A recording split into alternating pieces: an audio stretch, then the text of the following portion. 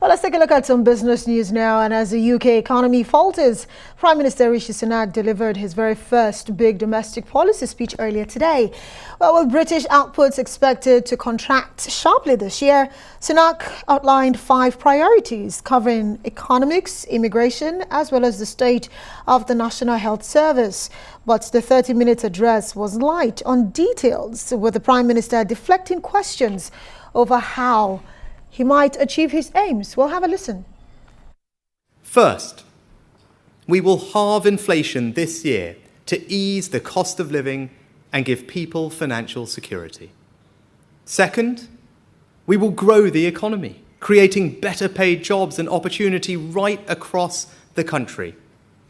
Third, we will make sure our national debt is falling so that we can secure the future of public services. Fourth, NHS waiting lists will fall and people will get the care they need more quickly. Fifth, we will pass new laws to stop small boats, making sure that if you come to this country illegally, you are detained and swiftly removed. And Sunak inherited his job during the UK's worst cost of living crisis in more than 40 years. Well, that's led to widespread labour unrest and the most severe in over a decade, when nurses have announced 2 further strike dates this month, just as the nation's health service is already suffering from a lack of capacity. But Sunak did not sound amenable to meet the nurses' pay demands. And on strikes, there's a lot of misinformation out there. So I want people to clearly understand the government's position. We hugely value public sector workers like nurses. They do incredibly important work. And that's why we want a reasonable dialogue with the unions about what's responsible and fair for our country. And in the coming days, we will update you on the government's next steps. Right. Well, that was Rishi Sunak, the UK Prime Minister, in his very first big policy speech in office. And now let's cross live to London, where we're now being joined by Rise business correspondent Laurie Laird. Laurie, thank you again for being here. Good evening, America. Yeah, good evening, Laurie. Let's look first at the economic elements of Sunak's speech. Can he deliver, is a question that everyone is asking. Well, certainly he can, and deliver is a word that he used so many times during this speech. He sounded a little bit like his predecessor, Liz Truss, who talked about delivery. She wasn't able to deliver very much. She wasn't in office that long. But the one thing that he will be able to deliver is a fall in inflation. And that's not because the government can do very much about inflation. The big tools to fight inflation are vested in the hands of the Bank of England, which controls interest rates.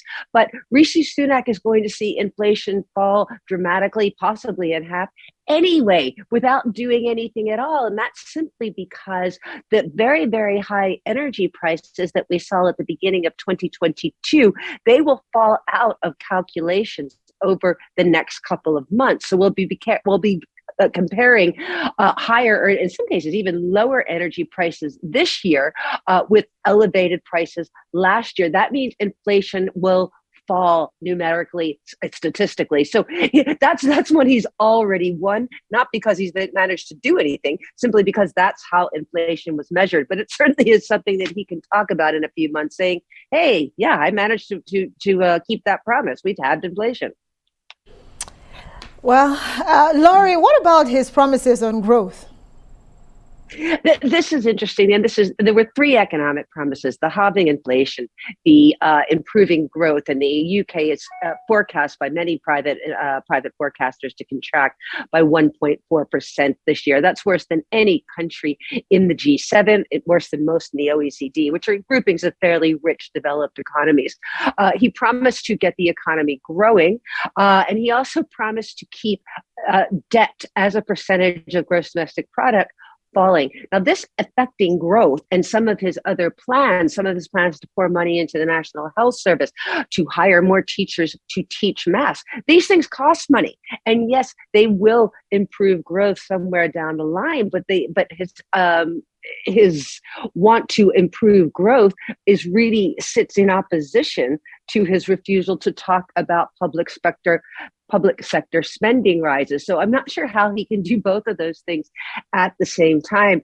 The idea of growth is a funny one. Look, nobody says they oppose growth, right? It sounds like a fantastic thing, but how do you measure growth? Is it GDP, which is a broad measure of everything an economy produces?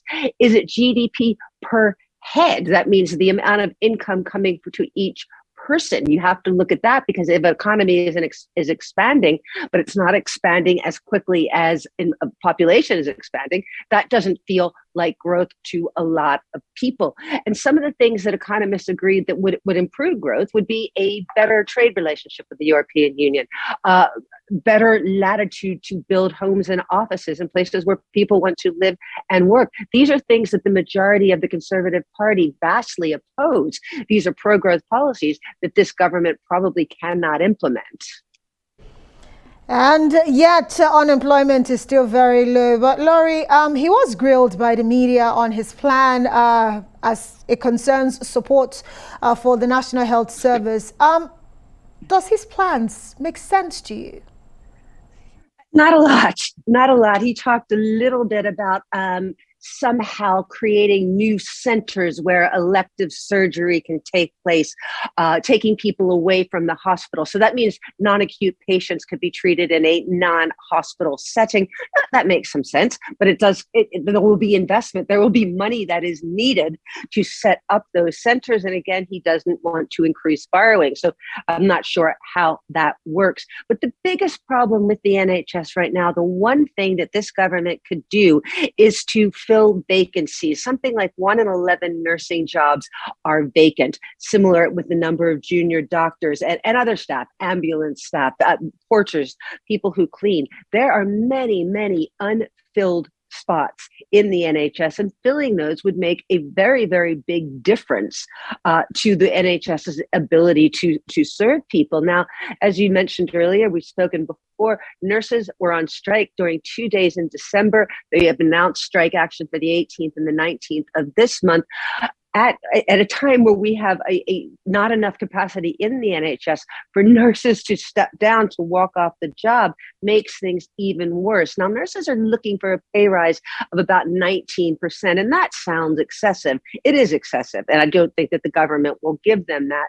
But Rishi Sunak, I thought, made it very clear in his speech that while he appreciates nurses, he's not going to pay them what they are looking for. That's going to make recruitment even harder.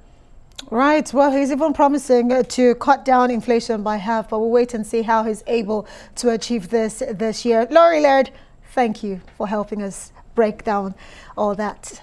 Numbers from the speech from the British Prime Minister.